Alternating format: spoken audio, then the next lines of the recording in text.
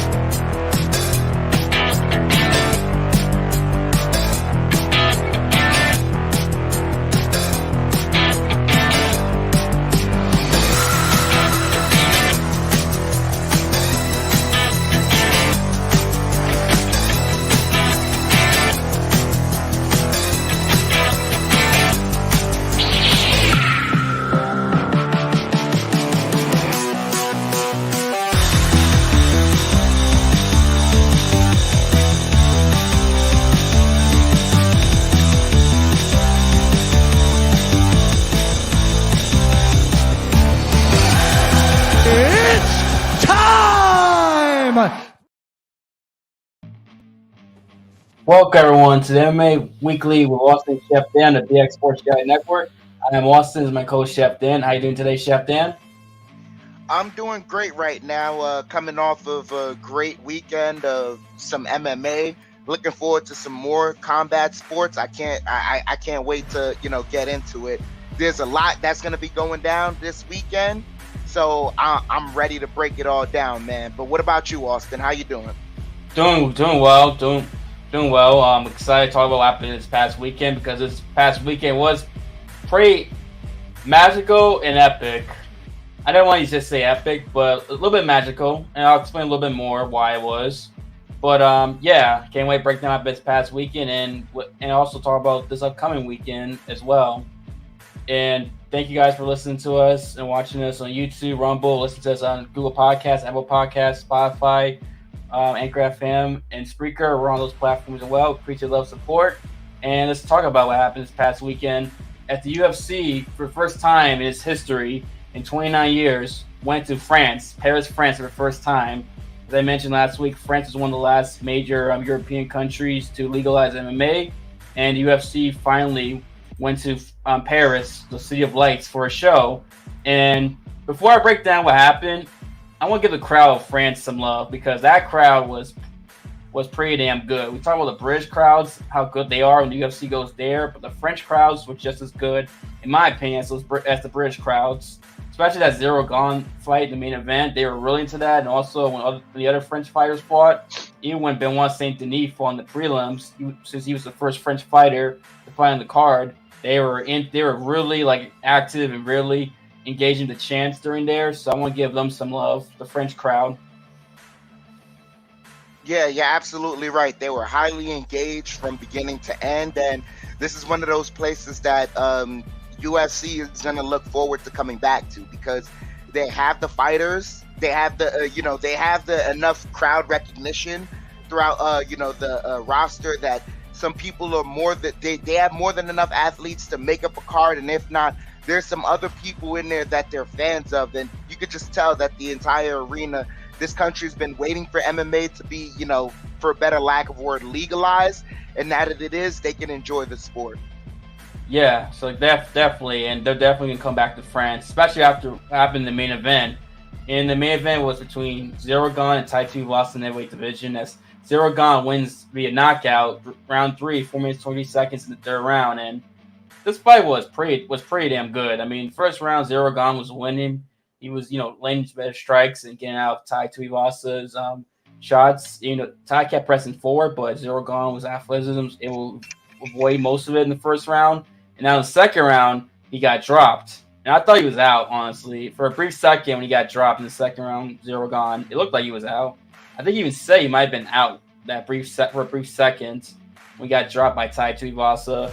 Got up, and then he started hurting Tai with body kicks, kicking in the body, which that played a big part in the third round, kicking Tai. Tai was going back, and then Tai drew over and right that caught Zero Gone, forced him to go back. And this was crazy. I mean, back and forth, the strikes to land that second round. I mean, round of the year candidate, the second round for sure. I mean, it's hard to tell who won because Zero Gone did well despite getting knocked down, but he got dropped and also got rocked.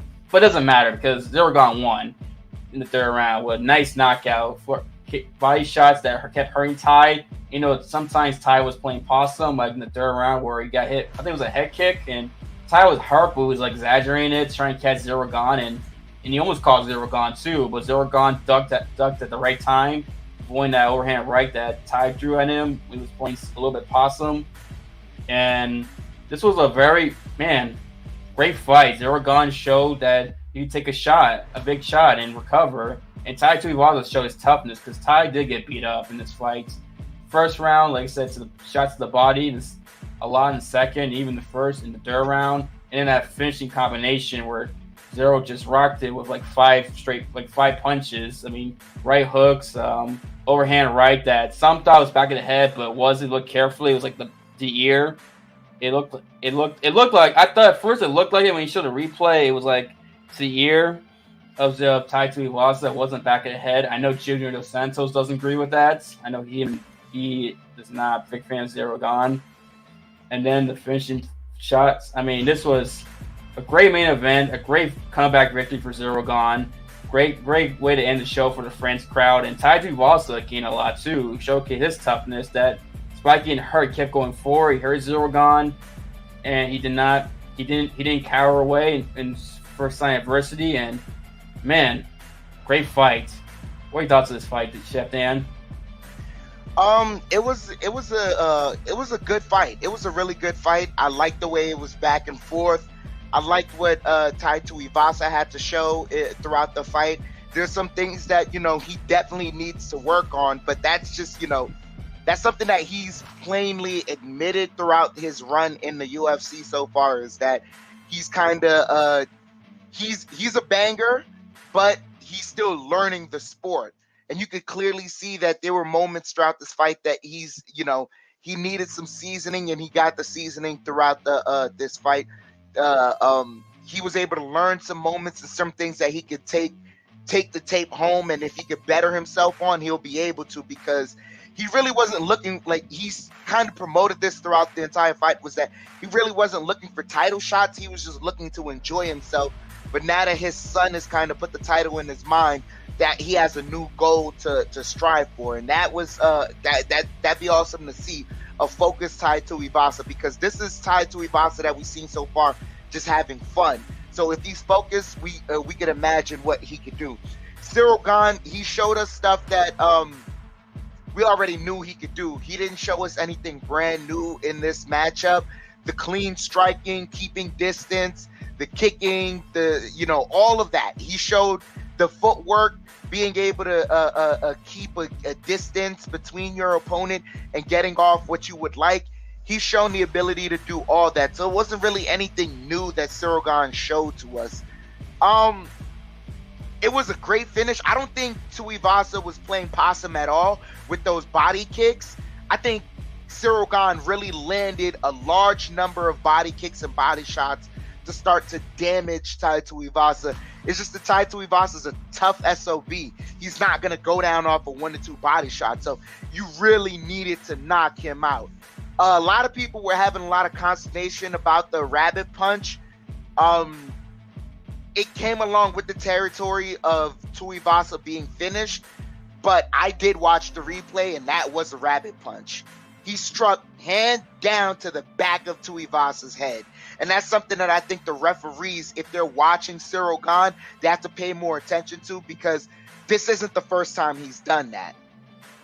A lot of fighters, they subconsciously sometimes they hit a rabbit punch, and then the ref will tell them, hey, that's to the back of the head, and they'll try and get behind the head. But there's been plenty of times where Cyril Gane, in the midst of his, trying to finish an opponent, he throws a rabbit punch. He did it against Junior Dos Santos, and he did it against Tai Tuivasa. Was that the determining factor for this fight?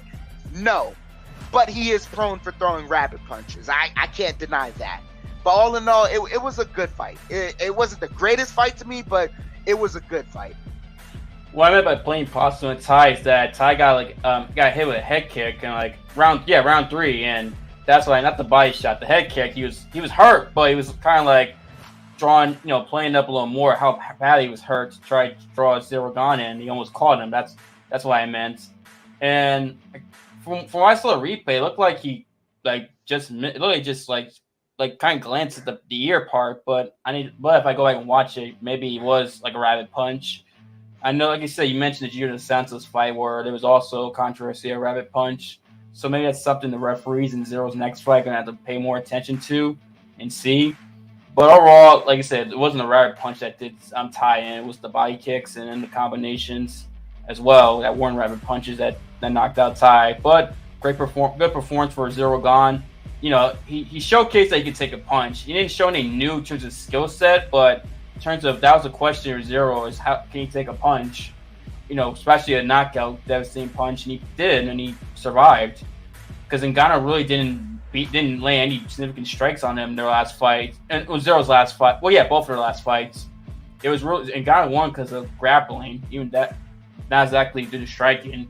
But overall, good fight, great atmosphere from the crowd during that fight, and I can see Zero against Curtis Blades next, considering Zero's grappling wasn't tested, and it was interesting to see how improved has Zero's grappling been.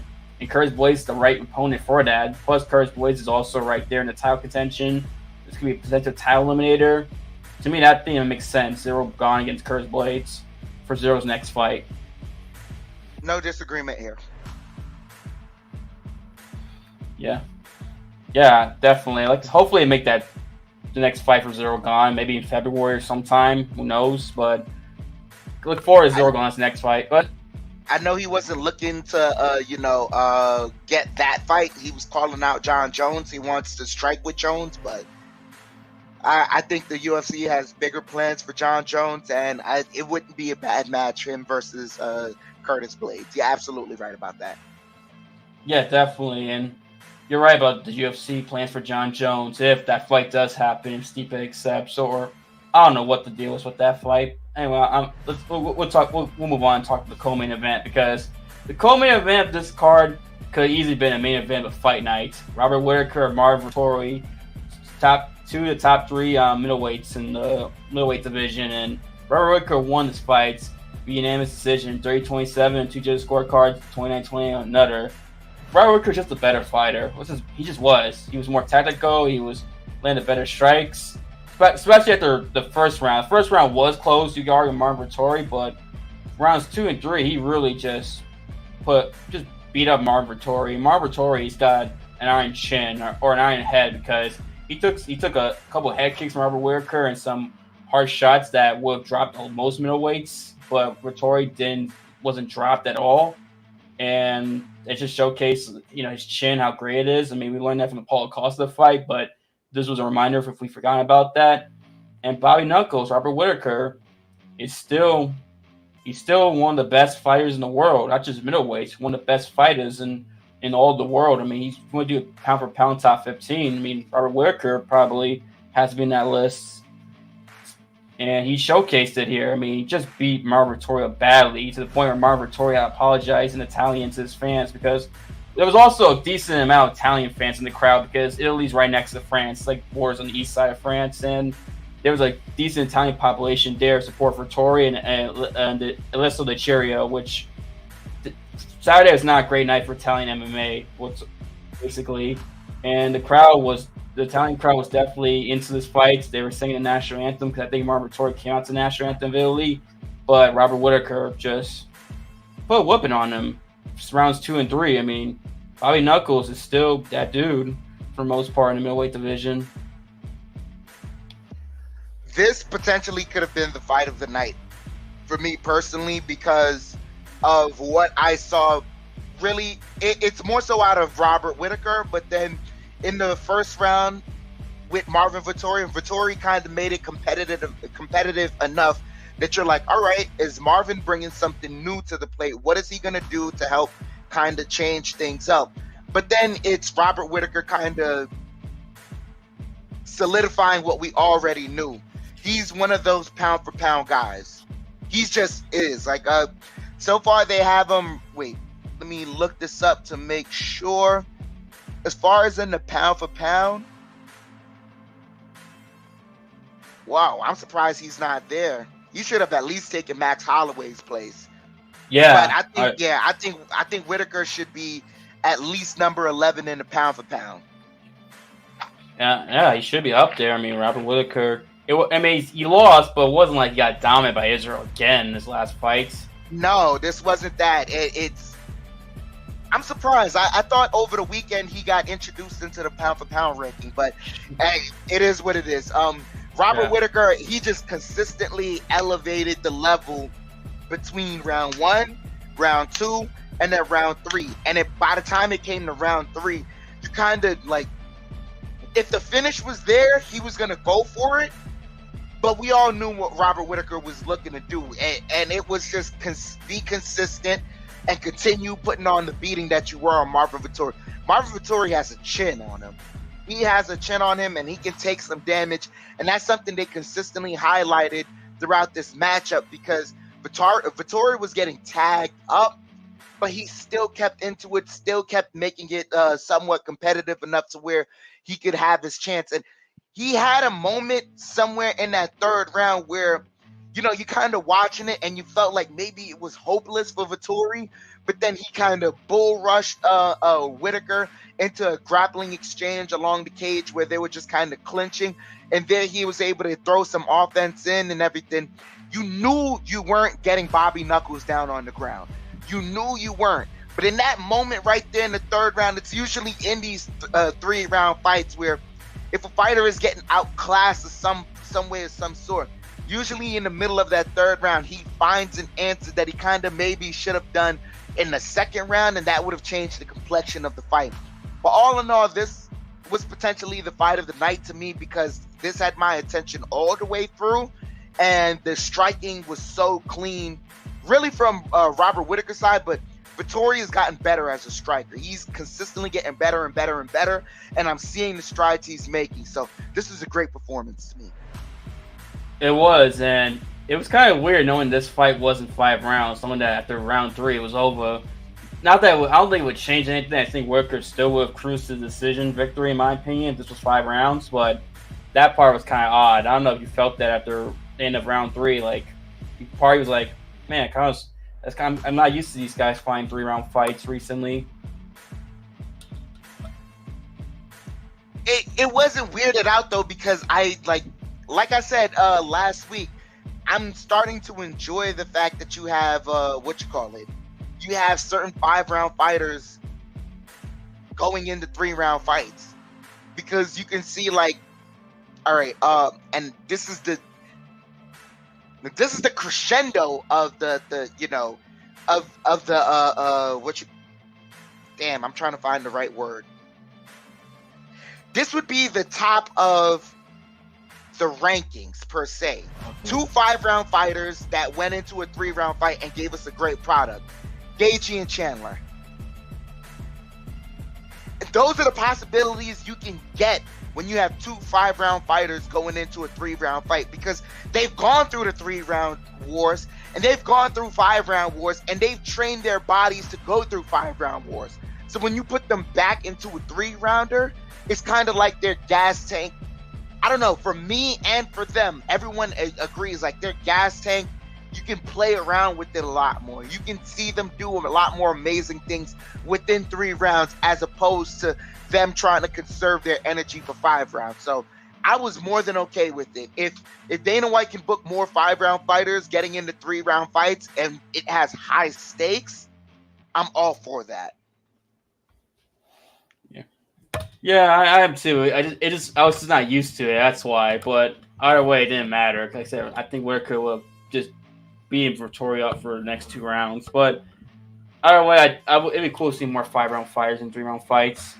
And I guess we can move on from one middleweight fight to another middleweight fight, which was between Nasruddin Eminok against Joaquin Buckley, as Eminok wins via unanimous decision 29-28 and 2 judges scorecards and 30-27-1, which that makes no sense to me. Joaquin Buckley won the third round. It was pretty obvious. And Eminok got tired at the end of round 3. Buckley was tired as well, but Buckley took a lot of damage in the first 2 rounds from Eminok. Eminok definitely was hurting Buckley a lot in this fight, and Buckley at times didn't miss a lot of shots in the first and second round. And one thing I think that played a factor was the size difference. Eminok looked way big. I know Buckley's not the biggest middleweight in the world, and people have talked about Buckley going at 170, even though Buckley said he doesn't want to do it because he hated the process. And plus, Buckley's pretty muscular as well. But Eminok looked, my goodness, jeez, he was big. He looked like a light heavyweight fighting a welterweight. Is that what you thought when you saw those two? Like, that's what I thought. I'm like, damn, two different weight classes.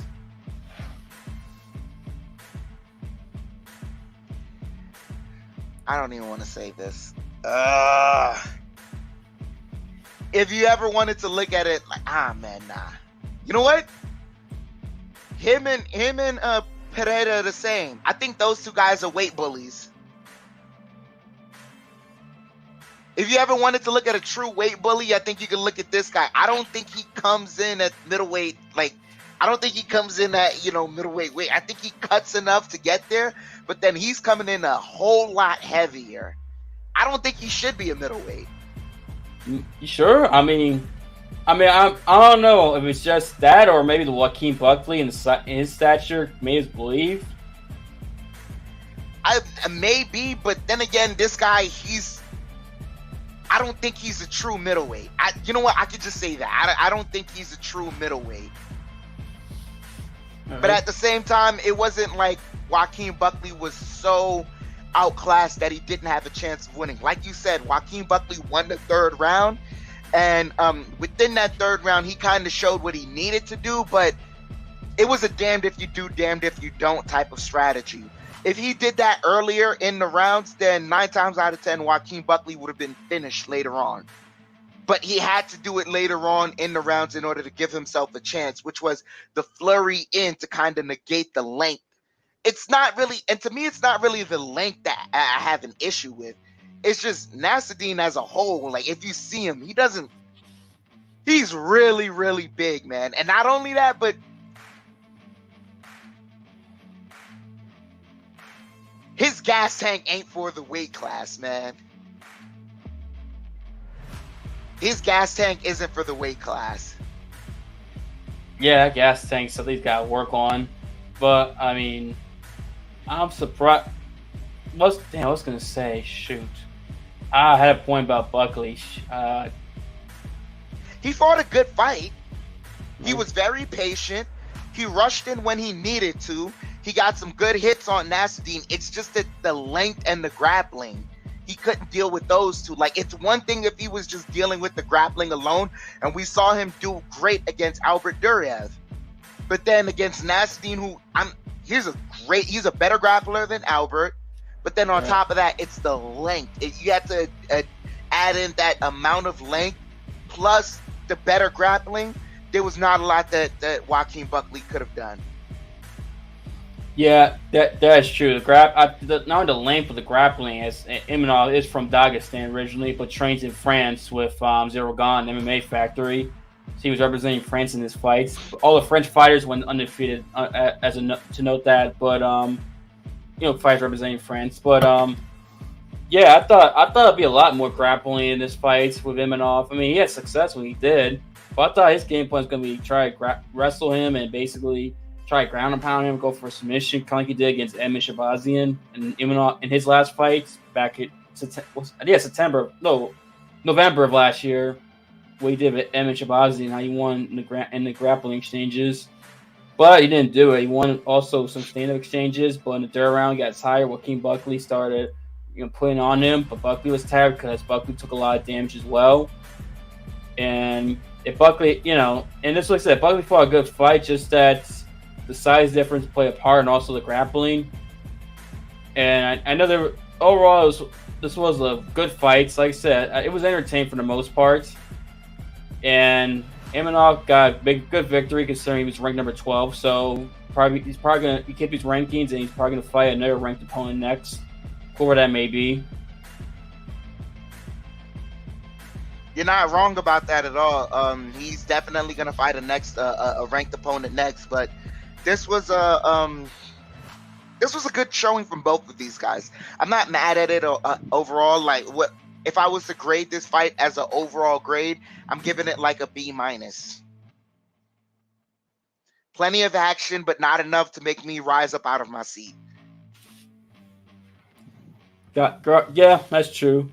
Also, I like Joaquin Buckley's walkout music. I'm glad someone went out to that JC Kanye West song. You know what I'm talking about? I can't say it, but it's done in Paris. You know exactly. Oh, Brothers in Paris. Yes, Brothers in Paris. Yes. Brothers in Paris. I'll say someone's got to come out to that song. I'm glad Joaquin did it. Got to, and Joaquin did it. Yeah. Let's move on though from that fight to the next fight on the card. This was Roman Kopylov against Alessio Di Chirico. Also in the middleweight division, Roman Kopylov defeats Alessio Di Chirico in the third round via combination of punches. I like this matchup. I really like this matchup because both of these guys, we knew what they came in for. Striking. They both came in wanting to strike, wanting to pop each other's head off, and that's how it proceeded. Both of these guys were strike heavy. Alessio Di Chirico, he's more of a power striker, and I think his downfall was that because he was a power striker and he relied on his power, he kept looking for the counter. And if you're a power striker, power and counters, like, it sounds good as far as like in the realm of striking, but that's not how you initiate if you're a power striker. You don't look for the counters. You do the initiating. You press the issue. And that's what threw me off throughout this entire fight. And Alessio Di Chirico had his moments. He really had his moments where he could have, continued to get some counters and then press the issue, flip the forward movement, and he could have dictated majority of the fight. But man, Kopylov is a clean striker. Where it was power versus technique, and Kopylov is just a cleaner strike. He's so clean, technically clean. It's such a joy watching him in the octagon. I can't wait to see him again. This was a wonderful matchup. A- for me on this fight. I love striking, but A- because power versus technicality, I could watch that all day. Yeah, you're right. And Kopylov's a more technical striker and lets his victory.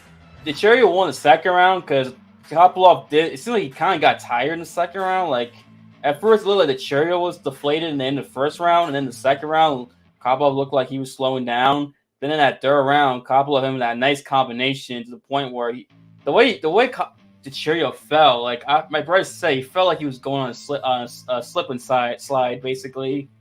The way he fell, like, not many guys fall like that, and even with a 6-punch combination, I believe that finished Di Chirico.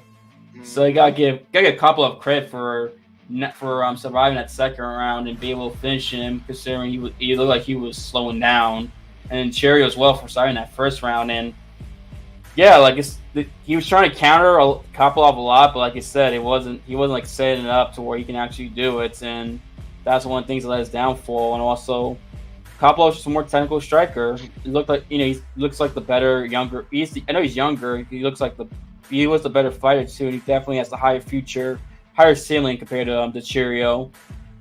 And also, I do want to mention this: Kopylov with that nice afro. He looked like Chase Hooper if he'd grown up.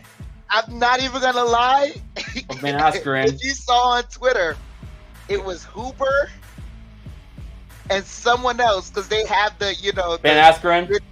it was maybe Askren and someone else who has the curly hair, but they were cheering on Kopylov like, yes, our brother did it. And I'm like, oh man, I just these curly fro bros, I can't stand them, man. But they're good people. Nah, I forgot. Gilbert Burns made a joke about that. I saw. I wish I remember it because it was funny. I think that's where I got the. I think he's the one that said that. I think that's where I got that from. The Jay Super growing up thing was from Gilbert Burns. That was funny. I laughed because it's true. He just like if Jay Super like got gained muscle and like got more adult looking. But greatly for Kopylov. I mean, Kopylov like. Great striking too. You don't normally expect a guy with his last name be from that part of Russia. You expect him to be a great grappler, have a grappling heavy fight style. But Kopylov was mostly striking in this fight and knocked out Lecherio. A nice knockout too. Yep. So good victory for him. Great victory. We can move on though from what? What's up? No, go ahead. I want to move on from that fight to the next fight on this card. William Gomes versus Yarno Aarons. William Gomes wins this fight via majority decision. This was a doo-doo fight to me. I agree. This is doo-doo. They did not belong in the UFC. If William Gomes, if this was truly his introduction to the UFC, I'm not looking forward to another William Gomes fight. This is terrible. This is absolutely terrible. And it's one of those things where, like, literally, it's one of those fights that you never wish that a referee interjects themselves into a fight a lot until you watch a fight like this, where a guy is choosing to just lay down on a guy for 15 minutes straight to try and get the victory. And you would just wish the referee break and don't do that again. And I'm giving you shorter leashes. Now, if you get on top of him and I don't even see a submission attempt, break, because we're not doing this anymore. This was completely, oh my God, unentertaining, whack, super duper doo-doo, F. I don't want to see this again. Totally agree. This was terrible. This was the worst fight of the card. Prelims and main card, worst fight of the card. This was bad. I mean, the crowd, what? This was the worst fight of the card. And you add in the fact that the preliminaries had a questionable finish. And this fight was still worse than that fight with the questionable finish. Yeah. And another, you mentioned, like, this is a fight where it makes you realize you don't hate refs as much. You stand guys up after when on the ground. I mean the fight before this, the first fight in the card, the Charles Jourdain and Daniel Wood, the ref stood him up when Daniel Wood was actually punching Charles Jourdain in the gut. It's just that Charles complained and the ref stood him up when it made no sense. But yet the ref here just let this happen, and it was terrible. I mean, not a lot of action. They barely did anything. I mean, the crowd was into it because Gomes is from France, but it wasn't like they were not into the way they were with Gane, with Eminok, with even Georges Jourdain, even though he's not from France, but he's French Canadian, or Benoit Saint Denis. It wasn't to that level, or even the Vettori Whittaker fight. It's just, they were into it, but but it was hard to tell. Not to level those other fights I mentioned. I know there were some Dutch fans because his opponent was also from Netherlands, which is basically a 4-hour drive from Paris, kind of like Orlando to Key West somewhat, or New York to like Washington D.C. basically. And the crowd, you could set the crowd was they wanted to get into it, but they couldn't because the fight sucked. And I both guys were like, they made a UFC debut, and I was questioning why this was on the main card of UFC Fight Night in Paris, especially in Paris. Well, I mean, this didn't belong, and it made me scratch my head even more. Why was this on the main card? I think the crowd only cheered because like they felt obligated to because he has the same flag. Yes. That's really it. Yeah. Exactly. This is terrible.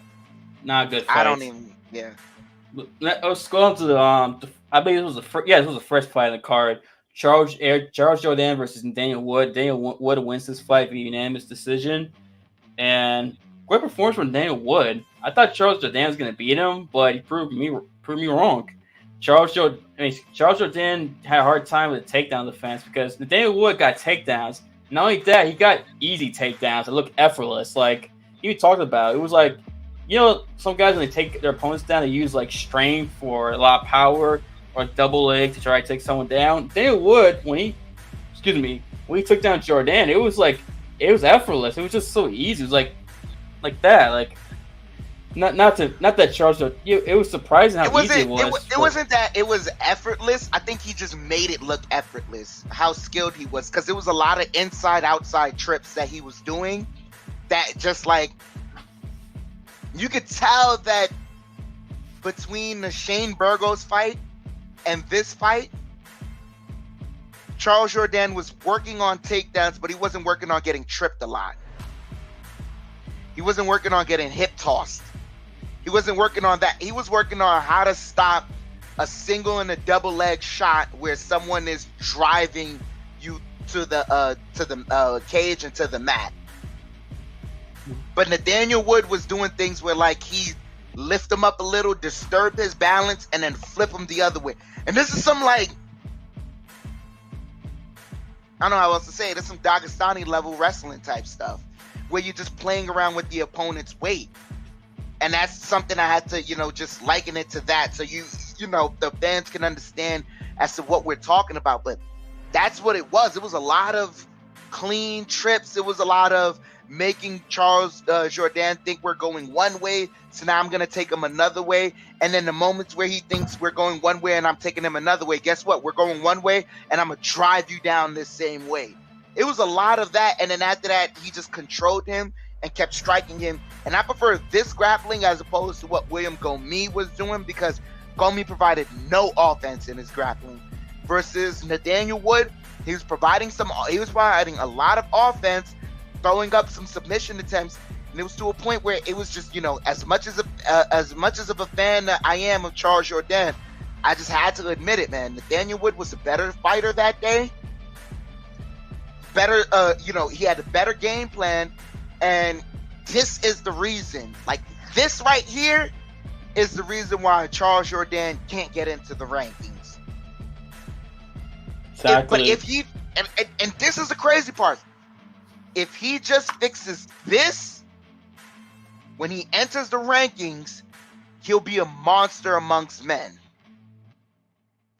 But this is the reason why he can't enter the rankings.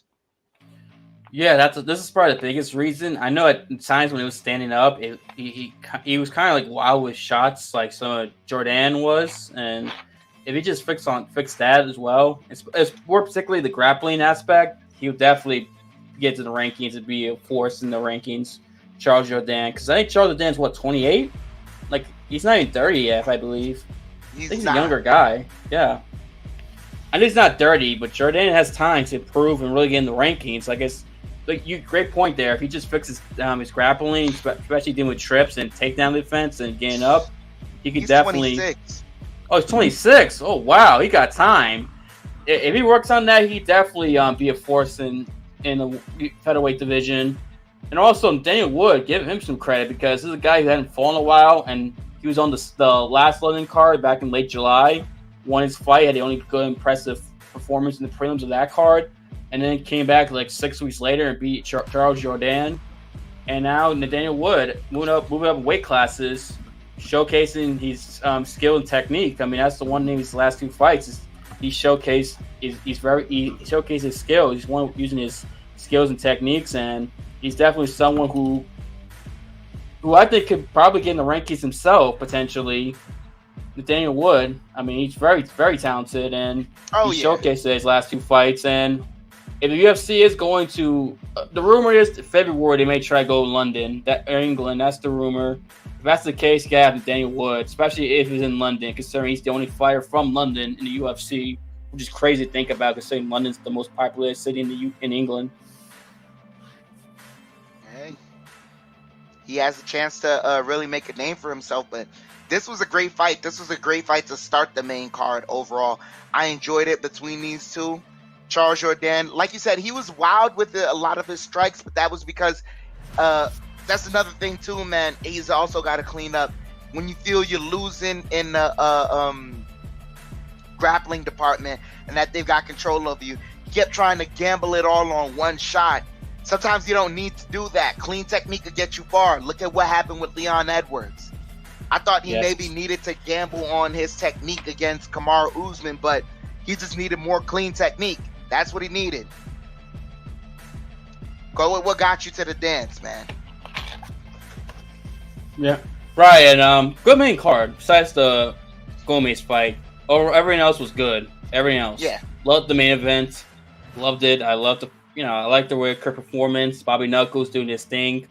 Then you got Eminok and Buckley was fun.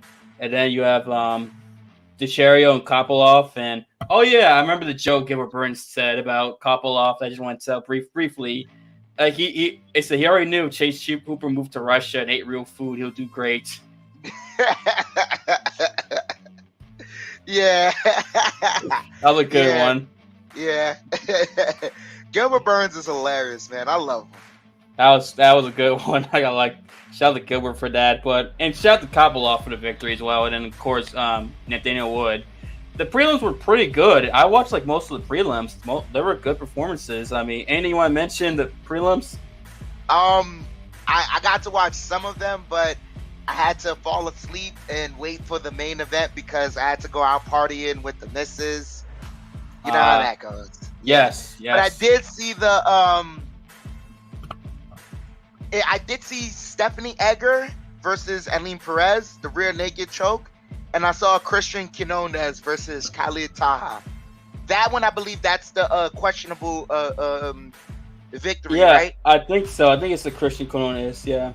Yeah, that one, I'm not even gonna lie. I thought that the ref should have let that one continue on. I think that was the one, if I remember correctly. Yeah, that was it. Those two fights were very good. Go ahead. No, I was just saying those two fights were very good. I want to shout out Benoit Saint Denis because he was the first French fighter to step in the UFC octagon in France. So this was a big moment. The crowd, when he came out, man, that arena just went a whole nother level. They were into the fights already, but when he came out, that's when I knew, oh man, this is going to be a special crowd. It's going to be like UFC London March stuff right here. This crowd, and he got hero reception. Apparently he was a former French Special Forces, and he got a victory against Gabriel Miranda, Gabriel Miranda early on had some successful moments, but he hurt Gabriel Miranda badly in the first round. That I was surprised he was able to continue and go in the second round because he was hurt badly, Miranda.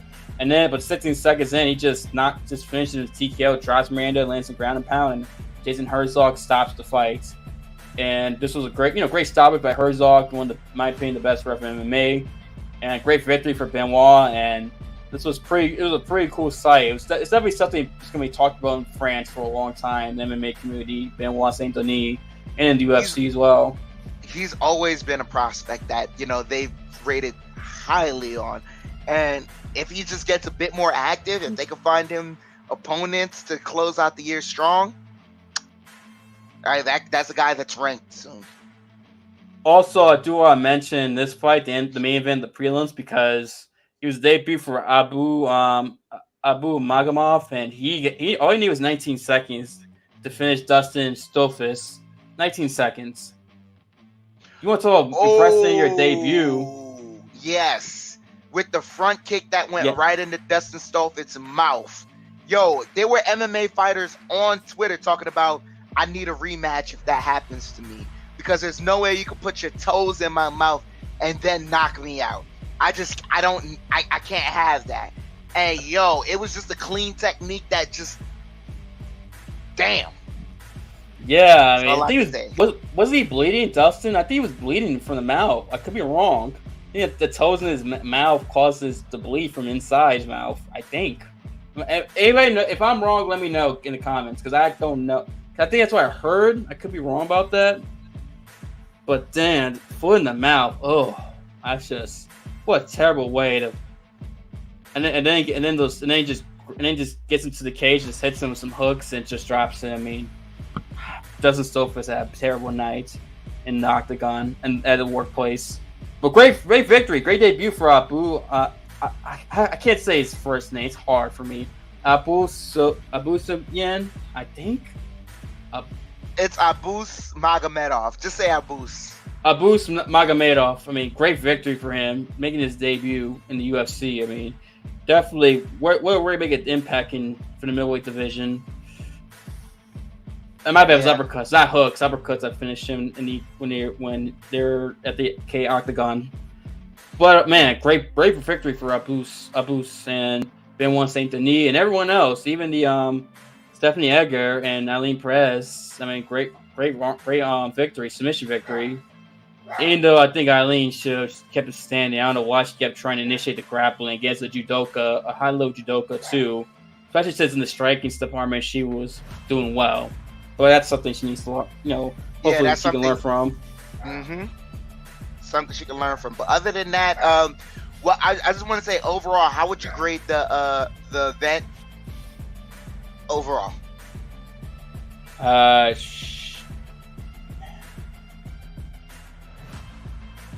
B+. I mean, weren't for the Gomez and Aaron, that Gomez fight.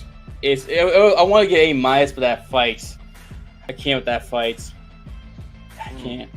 I want to give it A because all the other fights were great. Prelims were great. The crowd, legendary. I mean, this is going to be a show we're going to talk about for a while, but B+.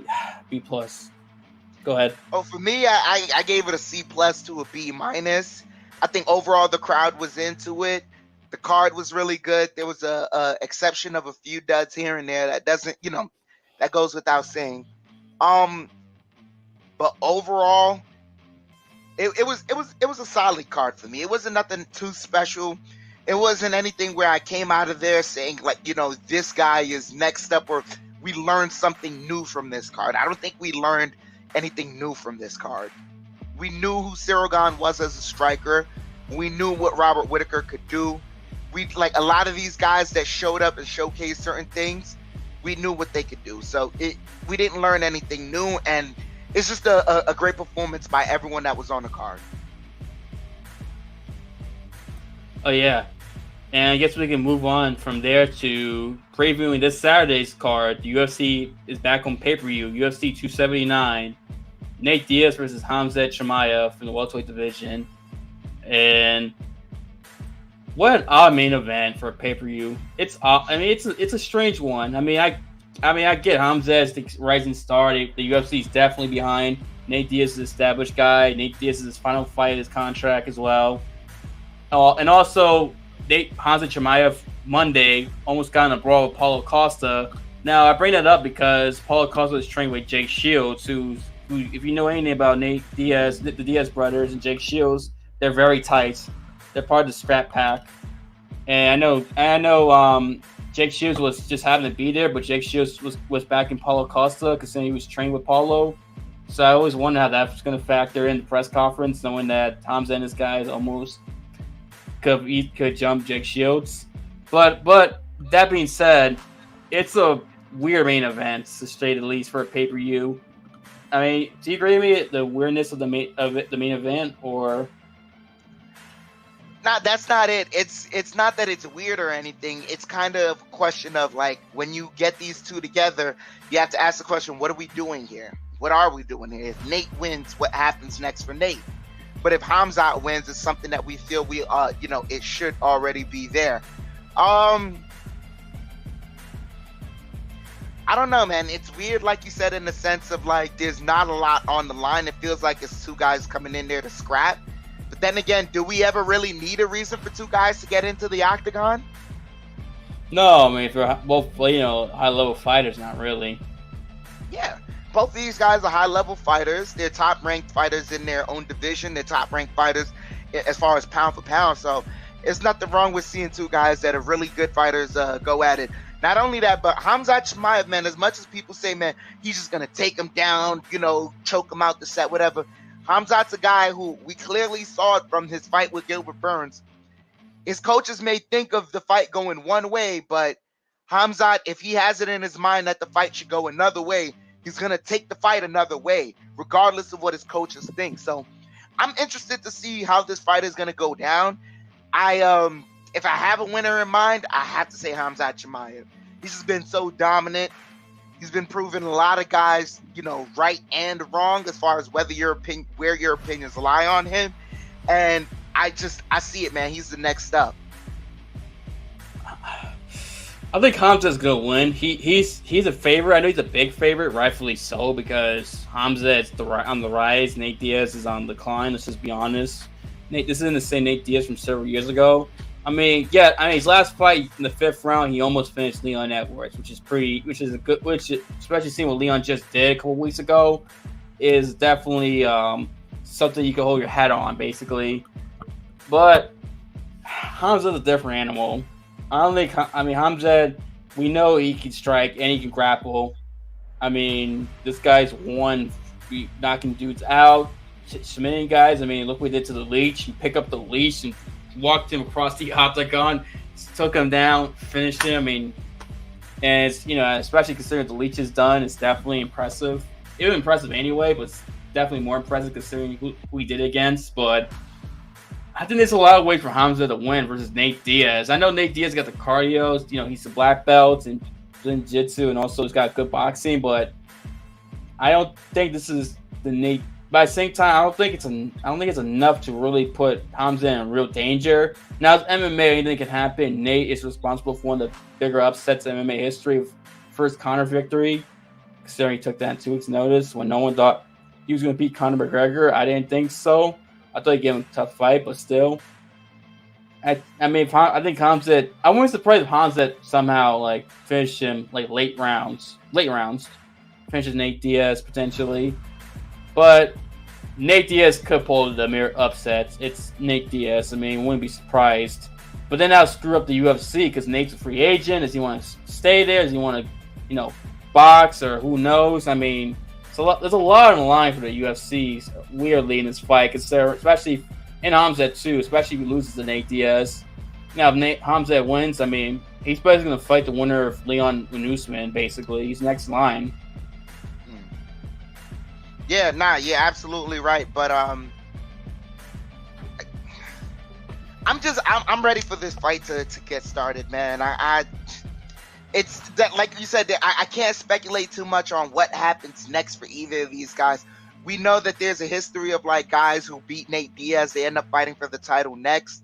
So hopefully that's what happens next with Hamza. But then again, there's a guy by the name of Colby Covington that's still in that division, and I think he owns rights to that #1 contendership.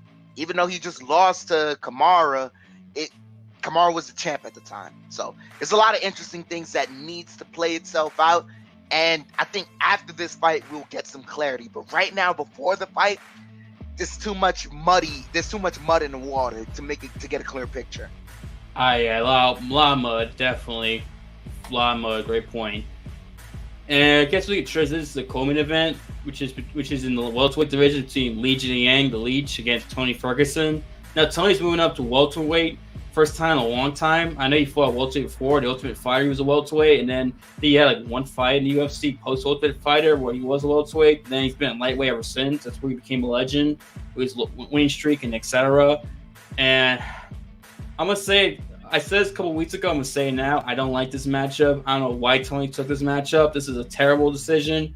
It's not that Tony's not skilled. It's just that he just got knocked out a few months ago. And you're against the Leech, Li Jingliang, who's a power puncher, who knocks dudes out, who knocked out Santiago Ponzinibbio when, last year, and then he just come out the victory or Muslim Solikov, where he knocked him out after surviving a few grappling exchanges and getting up. So this is the worst matchup you can have, going against the guy in the Leech who's still an elite welterweight, still rank with power, who has power to knock dudes out after he just got knocked out. I just don't like this matchup for Tony Ferguson. I think the Leech is gonna finish him. I don't think this. I don't mind the welterweight move up. I just don't like the Leech fight. Yeah, I understand what you're saying. As we get closer and closer, I totally get what you're saying. It's not the most appealing thing to see as this lines up. I'm not even gonna lie. The first 3 fights of this card, not just in in order, but in descending order. The first three fights of the card, it kind of it's leaving a bad taste in my mouth. Because you have this, right? And this fight, I'm in total agreement with you. I think we both have the Leech as our favorite to win this fight. Yeah, he should be. I know he is. Yeah, he should be. Yeah, he is. I mean, yes. But then you go on to this next fight in the main card, and I would have loved to see this fight at the proper weight, but it's a catch weight. Kevin Holland versus Daniel Rodriguez. yeah. I mean, this fight, I think Kevin Holland's gonna win. I got Kevin Holland. I think he's gonna finish Rodriguez. See, if Rodriguez was more active, I might pick Rodriguez, but because of the inactivity and Holland having a lot of power in his shots, I think his favorite's Holland. This is me. It does favor Holland. He does have the range, and it'll be something that Daniel Rodriguez, I think it's his first time dealing with in the UFC, where someone rangier than him and accurate and has some power is going to be tagging him up, because Daniel Rodriguez, he's kind of fought guys that, he can outweigh them a little bit here and there, or he's been the bigger opponent. But Daniel Rodriguez has some power behind his shots, and I know anyone can get knocked out. As much as I'm a fan of Kevin Holland, I can't purely say all the way. Plus, it's at catch weight. It's a catch weight, so really anything can happen here. Yeah, the thing is that Holland's got a good chin. I mean, Joaquin Buckley hit him several times, and he just laughed at Buckley's face before knocking him out. And Joaquin Buckley, we know how powerful he is, and he is. I know it's a catch weight, but if you can survive Joaquin Buckley, I don't think that Rodriguez could knock him out. Okay, okay. So then, all right, these three. All right. You know what? I don't know why I'm doubting my man's here. Do you think, Trailblazer? I got money on Kevin Holland. Let's go. Yeah, Holland can do it. Listen, I think Holland's gonna beat Rodriguez. If Rodriguez is more active, I might pick Rodriguez, but that's the inactivity. Is the only thing that hurts. That to me is the only reason I'm picking Holland, and also the reach advantage. You mentioned Holland's gonna have a big reach advantage going against Daniel Rodriguez in this fight. But yeah, Trailblazer gonna do his thing. Black man, as he calls himself, not Superman, yep. Batman, Black man. Black man, because he's been saving people left and right, man. This guy's he's a national crime fighter. He's fighting crimes in Houston, then he's going to Vegas to fight crimes. Austin. Boston. Austin. Shine the signal. Shine the signal. Exactly. Shine the signal. Someone to make a comic book hero based on Kevin Holland. I mean, I think that's a good idea. I think it can work. I mean, get Kevin Holland's approval. I mean, I think you can make money. But yeah, we're big Kevin Holland fans. You can't tell. Yeah. Oh yeah. All right. Next fight is on the card is Ariana taking on Macy. I always have a hard time with her last name. Jason. Yeah. I don't know why I have a hard time with her name. Macy Chiasson in the women's bantamweight division. I think Ariana she'll win this fight because Adana is a good fighter who's got good stand up and she's got some decent grappling. Not bad. I mean, she usually when she loses, she doesn't get like embarrassed. I mean, the only fight where she got dominated was the Holly Holm fight, but that was a pure striking matchup. Yeah. And Holly Holm is a Hall of Fame boxer, like legitimately, and she couldn't strike with Holly Holm, and Holly just picked her apart. But Donna's looked good. I think she's won 3 of her last 4 or 4 of her last 5. The Holly one being the only loss of her during that span. Nah, I agree with you there, but Macy's coming off of a victory against Norma Dumont. It was a decision victory, but she is coming off of a victory. She's been active recently. I don't know. When's the last time Irina Aldana fought? It was July last year against Yana Kunskaya. Granted, she won that fight, but I think, Poirier versus McGregor 3, that's been a while. Yeah. Yeah. That's been a while. I mean, you're right. Aldana has a high chance to win, but then again, she's been inactive. So you have one fighter who, greater skill but inactive versus Macy Chiasson, who's been more recently active. So I don't know. This is a bit of a toss-up to me, but I have to lean towards Macy. Yeah, I'm gonna go Irene. I think Irene's more skill. I think she's the better. I think she's the better fighter of the two, personally. And also, both women have won 3 of the last 4. Ironic, both of them, and both coming off victories in the last fight. So, whoever wins this fight, they can have a good performance. I mean, a really good performance. They can maybe put themselves to fight Amanda next for the bantamweight title, or fight Juliana Pena in a title eliminator. Whoever wins this fight. So this could be a big fight for that division. Like I said, hopefully get a new contender, because that division desperately needs a new contender. Needs some fresh blood. It does, badly. And then the first fight in the card is Ian Cutelaba against Johnny Walker. This fight, I know Walker, we talk about his chin and how Walker's chin is very suspect, and it is. I mean, he doesn't have the greatest chin in the world. But Cutelaba... The thing is, Cutelaba, the difference between him and Cutelaba is that Cutelaba takes at least 2, 3, 4 strikes and then he goes down. He doesn't have the greatest chin either. He's been knocked out, but usually got him like I said, 3 or 4 times before you knock him out. But Walker, it's just the right punch, the right kick, he just goes down. But the thing is, Cutelaba is wild, and sometimes that can cost him if Walker can maybe catch him with some knees and stuff. I mean, we've seen Walker finish guys with knees before. If he can do that and don't get too crazy, he's able to catch Cutelaba and hurt him, he could win this fight. I feel like it's a toss up. I think either one of these guys can win by knockout. I think Ian Cutelaba wins this fight via decision. I think at some point he's gonna grapple Johnny Walker down and hold him down. Really? You really think so? Yeah. Huh. Cutelaba has some great offensive grappling. If you remember him versus Devin Clark, him versus I know he lost against Ryan Spann, but remember it was a surprising moment for all of us when Ryan Spann initiated the grappling against Cutelaba. Yeah. When he initiated, everyone was like, whoa, we didn't expect this, because Ian Cutelaba would usually be the one to start off the grappling. So I kind of favor him to go for the decision victory. I think he's going to hold down Johnny Walker enough to where when Johnny's going to do he's going to want to get real explosive with this guy, and he's going to burn his gas tank easily. That's what I think Johnny Walker's going to do. Yeah. No, I can see it. I mean, I see what you mean. I still have a hard time picking this fight because I could see Walker finishing Cutelaba. Go ahead. I'm in total agreement with you there. I'm not so confident that I go Cutelaba by decision, duh.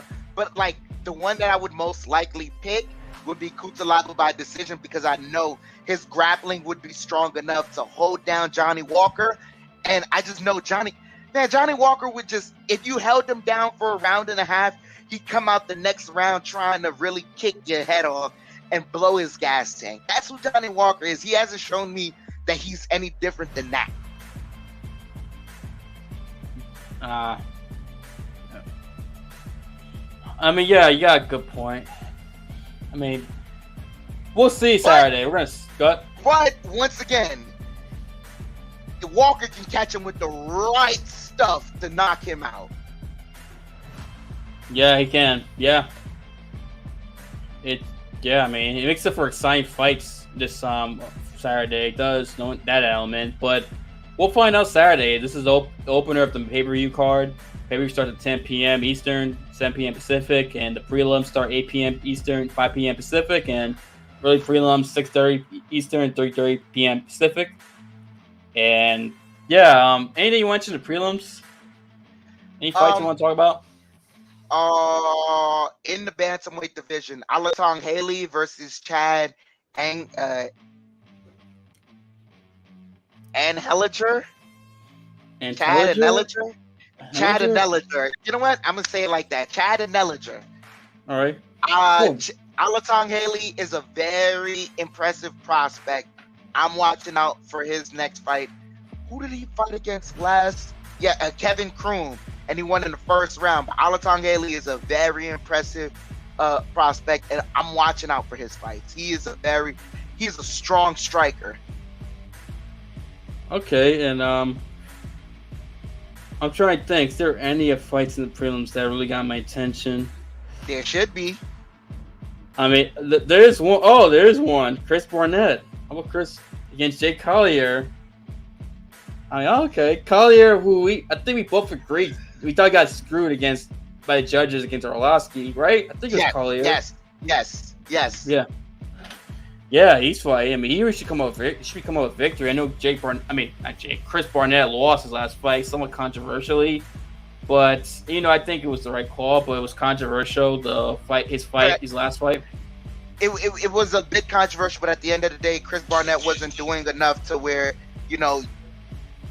even if the fight continued, he wasn't going to win it. He was getting outstrucken. Yeah, you're right. These are two guys in that weight division, especially Chris Barnett, especially last year, that being will kick knockout. I mean, it's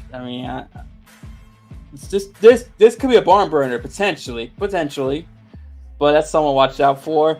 I wouldn't be surprised if Barnett wins by knockout. I'm not saying will, but man, if he can get another spectacular knockout, MMA community on social media would just lose it. We all will lose our shits, to be honest with you, if that happened. Oh yeah, he's a very highly impressive guy, and when he celebrates his victory, we all love that little Buddha roll that he did. Buddha roll. You're right. It's a Buddha roll. You're so right. I almost call him Buddha. I almost did. I almost call him Chris Buddha. I almost did. Oh, y'all know it's Barnett's. Yeah, I'm correct myself. Yeah, but he's a little happy Buddha. Happy. Isn't Buddha happy anyway? I think he is. He is a happy Buddha. Yeah. Also, Hakeem Dawodu is fighting in the main event prelims against Julian Erosa. Those are two highly interesting names. I think the theme of this card is a lot of interesting names and guys who, we think they're on the come up, but they haven't proven it yet. Yeah. You even have someone like Darian Weeks starting off the preliminaries. Darian Weeks is another guy that we feel he's an interesting name, but hasn't proven it yet. You're right. Yeah, good point. And also, this fight is a finance card that kind of really. I'll explain why. It's Norma Dumont against Danielle Wolf. The reason why is because you remember a couple weeks ago, the Contender Series of Bo Nickal, how Bo Nickal didn't get signed because in Dana White's, he's 2-0. I mean, but you have a woman who's 1-0 fighting the UFC, Danielle Wolf. I mean, some saying that. Go ahead. Nah, I'm just saying. Dana White clearly has a plan with Bo Nickal, and Bo agrees with the plan for Dana. So I think they're doing something in joint unison together where they're gonna try and find the right, breakout moment for him. But overall, I mean, we don't understand half the things that Dana White does, but he does them within reason. That they play themselves out in a way that it works out 75% of the time, even 80%.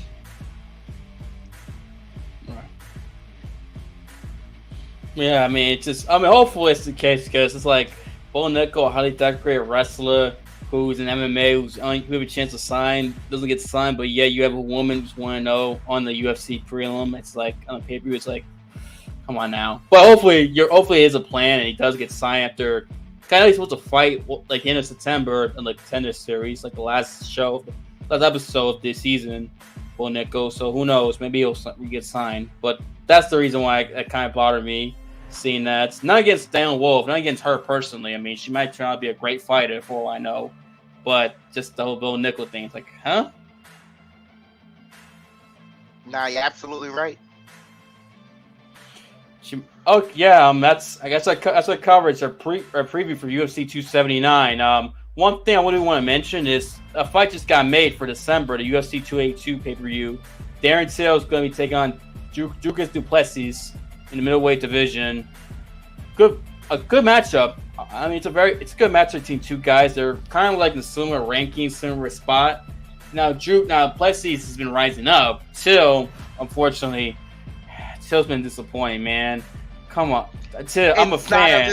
It's not of his own fault though. It's the injuries. It's the constant injuries. It's just that I like Till. I want Till to do well. I'm a fan of Till. I like his personality. He's a good fighter. This is a guy who has a chance to fight for a world title, be a champion. I mean, he's already fought for a world title, welterweight. But I think he can fight in the world title in middleweight personally. Just the injuries, man. And part of it also, I heard sometimes he does get out of shape at times during outside of training camp, and that might contribute somewhat. But man, it's like, damn, if he just stopped doing that, it's just, you can just fight and just win. You could, damn. I want Till to win. I like Till. I want him to win, but this recent stuff's like, it sucks as a Till fan. That's all. It does suck, but at the very least, what we hope for is that this Dricus Duplessis fight is the fight that, the camp that gets him right, and he's able to at least finish this fight. It's a low threshold for Darren Till right now, because the last time we saw him was against Derek Brunson, and he didn't get to finish the fight due to an injury. Right. It's just hopefully he's healthy and he can fight, but it's gonna be a tough match against Dricus Duplessis. Because Dricus is on a roll and he's definitely a good fighter all around, good grappling, good striking. But hopefully, I mean, Dricus, the first round's always been. Sometimes he's a slow starter, so we'll talk more about it obviously in December. But maybe to capitalize on that. But yes, that's a fight that got announced. That's a big fight for UFC 282. Hopefully, Jones Stipe is official on that card because we need that fight. I don't know what's taking them so long. I don't know. I mean, Jones Stipe, what's up with you two? I mean, you guys have been fought a long time. How much more time do you need? What do you need? Like, come on now. I'm not even gonna get into that. We'll wait until that settles itself. But there's another event that I'm looking forward to that's happening that Saturday that I just want to touch on real quick. Okay. Female boxing, they're back at it. It's on ESPN Plus. Hosted by the promotion Boxer, BOXXER. It's going to be Clarissa Shields versus Savannah Marshall for the undisputed female middleweight title. I'm excited for that. Clarissa Shields, she claims the, quote, greatest woman of all time, and she has the titles to back it up. But she's had some, in the amateur, she had a loss against Savannah Marshall, and these two have been talking trash to each other on Twitter whenever they see each other. It's been on site non-stop for at least 2-3 years now. So Clarissa Shields doing great things with her career. She went on to do some MMA. She kind of slowed that down after she suffered her first loss, and now she's doing some more boxing matches. I was excited to see Clarissa Shields back into the octagon, and hopefully after a fight like this, if she settles this business, she can go on to get right back into the octagon, because she was providing great stuff in the octagon. She's a very highly disciplined athlete. So I'm excited, and I'm a fan of Clarissa Shields. I can't wait to see this fight. Also on the co-main event, Michaela Meyer versus Alicia Baumgardner, and this is for the super featherweight title. They're going to unify the WBC, the IBF, the WBO world females featherweight title. So they're unifying them all to find out who's going to be the United Featherweight champion. I'm excited for that. Not only that, but if you look at the card up and down, no males fighting on this card. Strictly females fighting.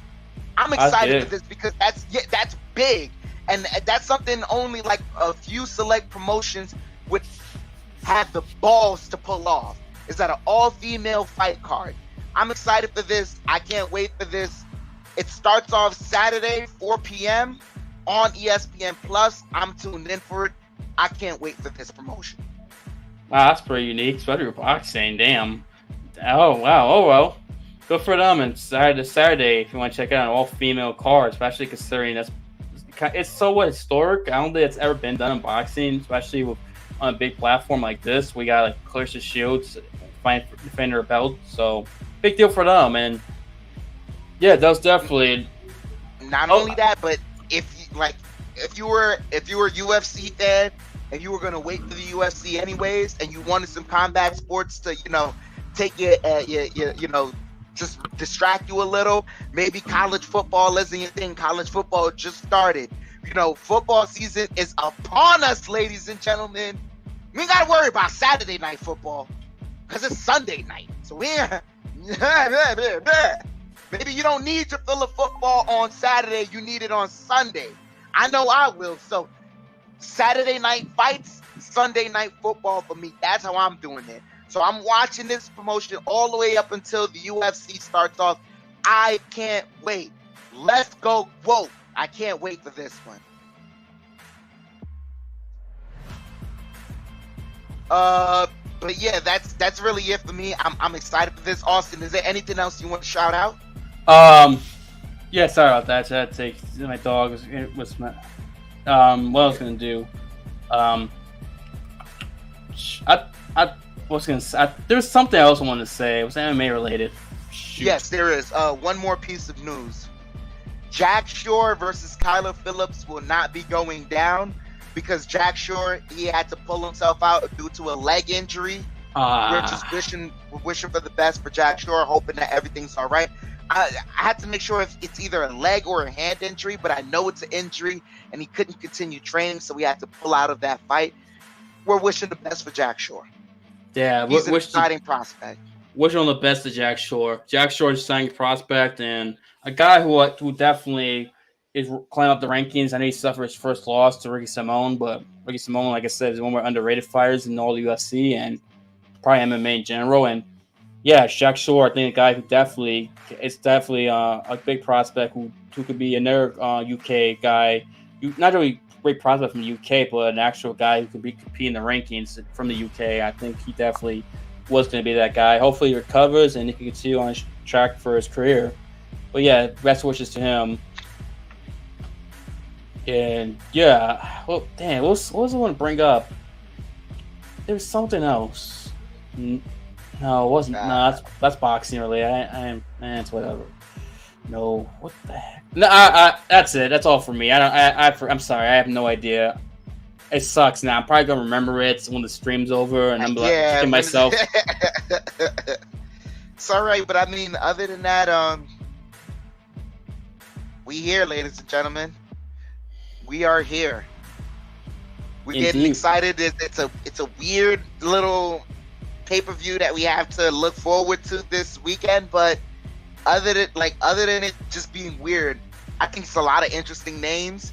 And keep your expectations low for this card, but we don't say that as to discourage you. It's just that way, if anything pleasant happens, it's a bonus. It's the cherry on top. No, you're right. Good point. Great point. That's the next. Yeah, I agree with everything you just said. I co-signed it. I mean, you said everything right there. Is there a fight looking forward to the most? That's something I want to ask. Yeah, you're absolutely right about that. No, I was saying, is there a fight you're looking forward to the most? Oh, out of that entire card? Yeah. No. I'm not looking forward to any one particular fight, but that's the beauty of a card like this. With all these exciting little names sprinkled in here and there, I don't think this is a card where you're supposed to get excited about one singular fight. I think you're supposed to enjoy the card in its entirety, and that if the card gives you something pleasant, who knows? This may be... Let me not give it that expectation. But who knows what this card can give us? It could be a memorable card in a good way. We'll say that. We'll say that. Yeah. I mean, I agree with that. For me, it's Kevin Holland, since I'm a Kevin Holland guy, and also Rodriguez is talented as well. Just slightly, Kevin Holland and Rodriguez. One force the most, just slightly. But I'm interested. I'm curious. My curiosity is at 10 out of 10 to see this card, see what's going to happen. What happens with Diaz and Hamzat? What's gonna happen with Ferguson, Li Jinliang? Even though part of me is just thinking it's just gonna be bad for Tony, but I could be wrong. Also, the first fight, Kutalaba and Walker. What's gonna happen? Who's gonna get finished potentially? Do we get a new contender in that women's bantamweight division that makes a good impression that that division desperately needs. So a lot of intriguing storylines going into this card. We'll find out this Saturday. Most definitely, and I'm excited for it. So a lot of questions because of the card in and of itself. But as these cards go on, questions get answered. And I'm mostly, as much as I'm excited for that, I'm excited. Clarissa Shields versus Savannah Marshall. Both of these women talking the hottest amount of garbage to each other. Like, it's heated. Savannah talking about I beat you years ago. You think you'd go, And Clarissa talking about, what have you done since? I got gold and gold and gold and gold wrapped around my body from putting bitches down. You the next one. Damn. I'm for it. It's hot and then it's heat there. It's hotter than freaking Florida than it's been here in Florida. It's hotter than fish grease. Yeah, exactly. Great one. But thank you guys. I think that's gonna wrap it up for the show. Thank you guys for watching, listening to us on YouTube. YouTube, Rumble, Spotify, Apple Podcasts, Spreaker, Google Podcasts, etc. Appreciate the love, support, and also want to shout out Brandon in the chat who messaged us earlier. We're doing well, Brandon. So we appreciate the chat message. We appreciate that, Brandon. Yeah, but we do this usually, with the YouTube watchers. Brandon, if you stick around, chat with us after we've chopped this up, and you have any more questions regarding any MMA topics, we're more than welcome to have that discussion with you, answer the questions live on air. And anyone else that joins us on the YouTube platform, please just leave us little questions here and there, and at the end of the YouTube show, we're more than happy to address them. And if you stick around, we'll have a full-blown conversation with you. But thank you guys so much for joining us, whether that be on the YouTube platform or on the podcast platforms, that be Anchor, Google, Spotify, Spreaker, Apple, iHeartRadio, wherever you're joining us. Thank you guys so much for joining us. Indeed, thank you. Hey, you know what? We got to highlight this one too. Salute King. Yes, Anderson Silva versus Jake Paul was announced. And I didn't want to talk about it too much, but I got Anderson Silva winning this one. I need Anderson Silva to win this one. And that's all I'm going to say on that topic. Hopefully Anderson Silva wins. That's all I'm going to say. He's got a good chance. Hopefully. That's all I'm going to say. He should have a decent chance, rather. But yeah, that's all I'm going to say. Anyway, thank you guys for watching, listening to us. We'll be back next week, talk about this pay-per-view, break it down, talk about the Clarissa Shields and their title defense, and also break down the next week's UFC card, which is Corey Sandhagen and Song Yadong. Very good main event. Very interesting, especially in the bantamweight division. It's been on fire lately. Especially, I mentioned August, September, October. It's gonna be bantamweight divisions on it's getting the shine it deserves, and this is one of the reasons why fights like this next weekend. We'll talk about then. Looking forward to that. Oh yeah. Go ahead. Yeah, that's all. My name's Chef Dan. I want to thank you guys so much for joining us, and can't wait to see you guys next week. Austin. Yeah, I'm Austin. Can't wait to see you guys next week. Talk about what happened, break it down, reach your love support. We'll see you next week. Peace. Peace.